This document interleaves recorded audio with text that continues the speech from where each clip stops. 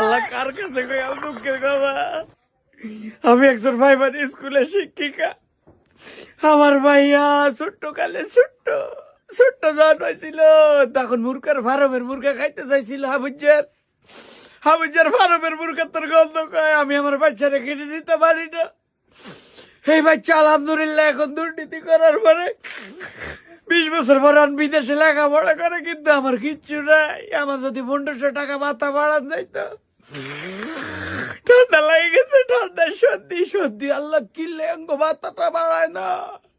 বাচ্চাটার এলে বলতেছি ইয়ান দিয়ে আবার সংবাদ বুঝিয়ে লাইছে যে আমার 3 তলা বাড়ি আছে, আমার স্বামী বেলে পাই হাই স্কুলের প্রধান শিক্ষক এটি জানানোর পর থেকে এখন আমার ফির স্কুল দেখে শুধু গরুর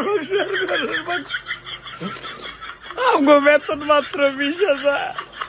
খোলা বাইরে প্রাইভেট পড়ায় আর রাত 24 ঘন্টা কি পড়ায় আমি নিজেও জানি না, শুধু শীত ধরাই দেই। তারপরে বেতন পড়ে 50,000।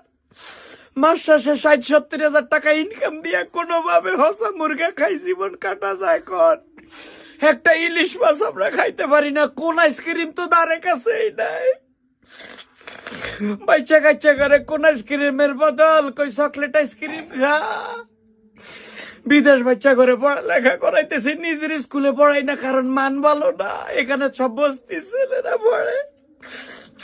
কি করি না এই শিক্ষকতা জীবনে, তারপরও আমগো কোনো দাবি মানতে চায় না। সাংবাদিক ভাইয়ের আপনারা কয়ে আমার অবস্থা একদম ভালো না, খুব খারাপ আমাদের অবস্থা। হোসা মুরগির মাংসের গন্ধ এখনো ঠান্ডার কারণে নাকে হাজায় না। কিতাব আমরা প্রাইমারি স্কুল মানি আমগো জীবন শেষ।